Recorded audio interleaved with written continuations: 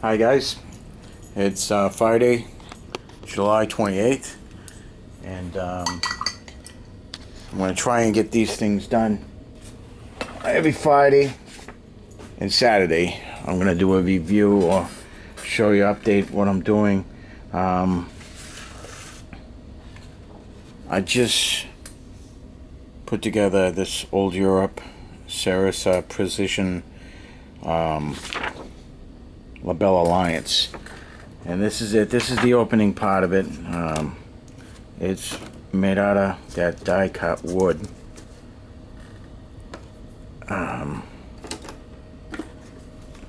This stuff right here, and yeah, it goes together very well. Just like one of the guys advised me that just use the white glue, and it actually snaps in place pretty well, and it does. It's not bad at all. So this is Belle Alliance. This is 28 millimeter, made out of wood, and this is just preliminaries. So let's see if I put you right here and show you what I'm doing. Now the roof detaches from the farmhouse, which when you see it from here, you can see like right into the house. So I think what I'm gonna end up doing is probably making rooms. I'm gonna use some of my plastic card and make rooms, and I'll probably paint like a bedroom scene or something like that. Or I'll do something so you don't just see right through it, and it's like empty, you know. So, but it's pretty good building. I used white glue to put it together, and it held pretty firm. This is what I used: Tight Bond 3 Ultimate Wood Glue, waterproof exterior interior, superior strength. So I used that, and I use this for a lot of my basing too. I put it in the jar and dilute it with water, and end up basing it with that. What I noticed is I did stain it before I painted it, so I stained it and then I did a primer coat. So the roof needs to be painted better than what it is. It's just primed right now, and everything's just basic. So it's pretty cool. I like it so far. We'll see what happens. And got the little shutters right here, which have been primed black. So that being that, okay, so let's see what we're doing here. Alright, the Curiouses. Here's the Curiouses. Haven't based them yet because I don't want to base them until I get the entire regiment done for them. Then I'll base them all the same. There's the British Cavalry there that I'm working on. Of course, this is the baseboard for the Hussars for the 1/72nd scale, which I've put in a box and put away for now, just to get it out of the way. What I'm working on right now is the 10th Light British Dragoons here, the Hussars, and these right here are my I believe the 10th, what is this? The 1st Dutch Carabineers. So these are Dutch, and I'm in the process of painting them now. I'm also putting together this stuff right here. This is bolt action, the wrecked farmhouses. So they've been put together and primed white. So we'll see how this works out. Looks pretty cool so far. And I found this old book down in the cellar, and I brought it up. And it was funny because, and the reason why I'm mentioning it is because of this right here, Old Warhammer. Old Hammer Rises. With the recent demise of Games Workshop's Warhammer Fantasy Battle rule set in favor of a new skirmish level codex called Age of Sigmar, what was previously thought of as a quirky section of the fantasy gaming community is surely set to see a big boost in popularity. Old Hammer is, in effect, the fantasy equivalent of the historical gaming old school movement that sprang up in the 2000s, following the establishment of the Old School Wargaming Yahoo group by Patrick Lewis. Just as those historical gamers were attracted by the kind of war games figures used by the doyens of the hobby in the 60s and 70s and favored simpler rules and a more relaxed attitude to gaming, so the Old Hammer community seems to be attracting fantasy gamers who remember fun games with the early editions of Warhammer. The one below dates 1996, and the Fantasy War Games booklet on the right is from 1998.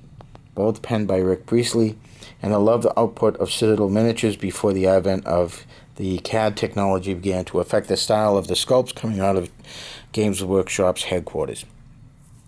As with the historical OSW movement, the enabler has been the internet. So like-minded gamers around the world have been able to share their ideas.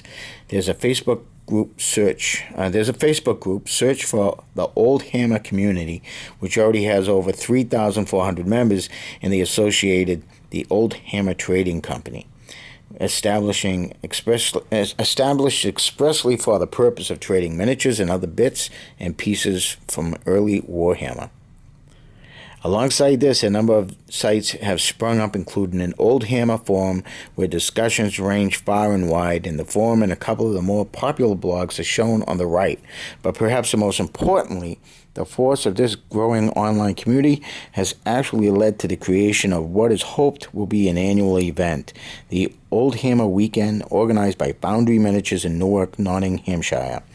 An interesting case of coming full circle because, of course, most of the GW phenomenon originated with Brian Ansell's Citadel Miniatures. Remember that? Citadel Miniatures from Raoul Parther and all those from way back when? From my point of view, I'm happy because it means that I can finally get to dust off that Skaven doom wheel and lead my chittering hordes to some squeaky, hilarious victories or more likely defeats. I thought this was pretty interesting. I was putting all my 172nd stuff down the cellar, and this was sitting on top of my comic book boxes. And this was September of 2015. So this mag's 2 years old. And there was a few things that I thought were pretty cool in here. Terrain for tiny chaps. 6mm, 10mm, 12mm. And this was Waterloo Refought, the Church Fenton Alternative. And this is miniature war games with battle games. And this is Warner's Group publication, printed in the UK. Display until 11/30/2015. So I thought it was pretty neat. So I'm going to take that to work with me tonight. Take a look at it. Well, this rock right here is actually from Gettysburg. I took this off a little round top. And I don't know if I'm going to go to jail for that. But hey, I did what I did. So guys. Let's see what we got. Here we go. That's better, right? So, update. What I'm doing right now is I'm working on the first Carabineers here. And, oops. These right here, the 10th. Light Dragoons, they're Hussars, they got the Hussar caps, but in 1815 they had the Shakos. So my 10th is wearing Shakos right now, and I just, here he is. The 95th just fell. So, the white glue worked. The Belle Alliance is coming out pretty cool. I like it. That's giving me the confidence to go ahead and start messing around with my 48mm Hussars Saint and Huguenot. So I'll need to put those guys together, which I think will be pretty fun.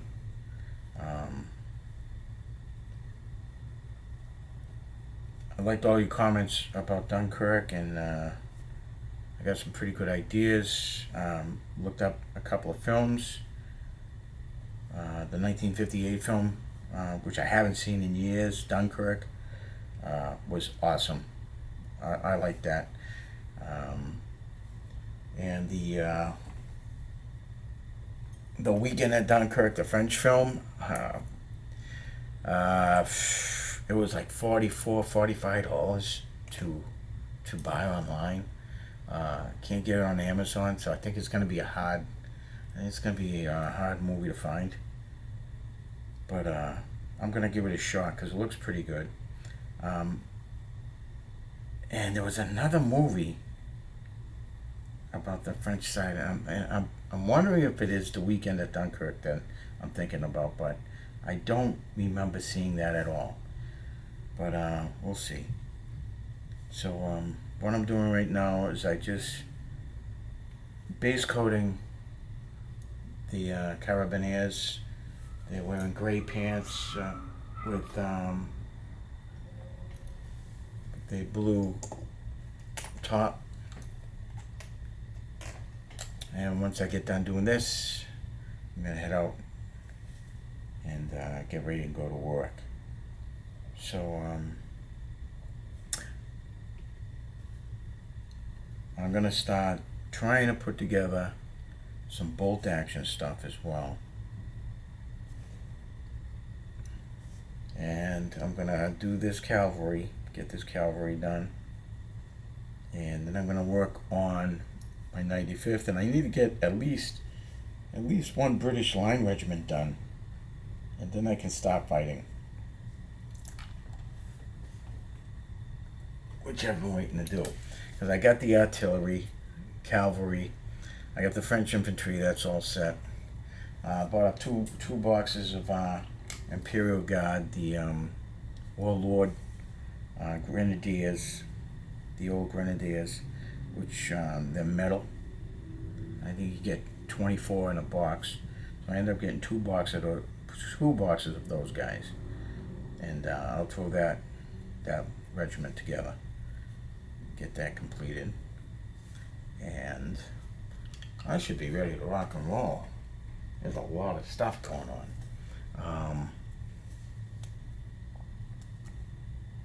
I'm forgetting something. I want to tell you guys something, but I can't remember. Can't remember what it was. So I think that's it. So every Friday and Saturday I'm gonna put something together. Oh, the book review. That's right too. Let me finish this guy up and I'll show you what I picked up.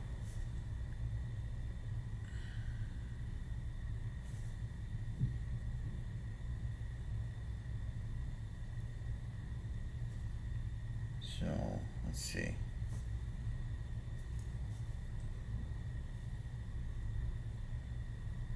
So that's that. All right. That being that, this right here, two books. These two right here. We have Orphan Eagles. When I say Orphan Legions, it's actually Orphan Eagles, Polish Armies of the Napoleonic Wars by Vincent Respond. And then I also got War Game Scenarios, the Penninsular, 1808 to 1814 by John Sutherland and Diane Canwell. So let me throw this at you for a little bit. And we'll do this one first. In the Orphan Eagles, Polish Armies.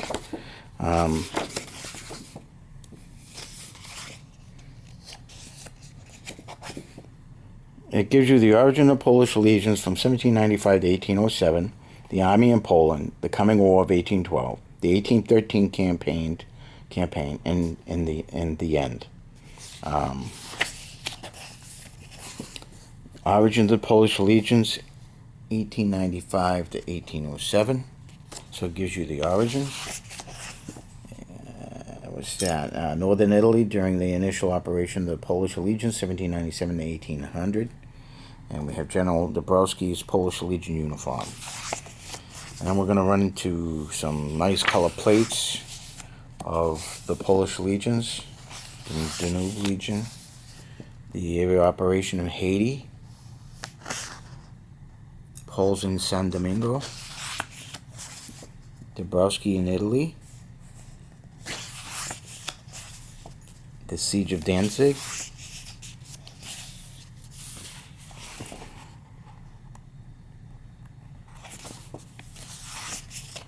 and we just got some neat color plates. Here's some black and whites.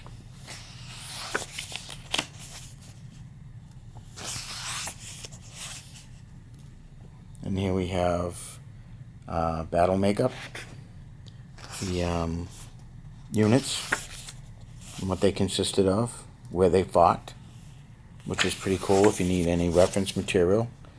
The army in Poland, coat of arms, the flags, standards, more uniforms.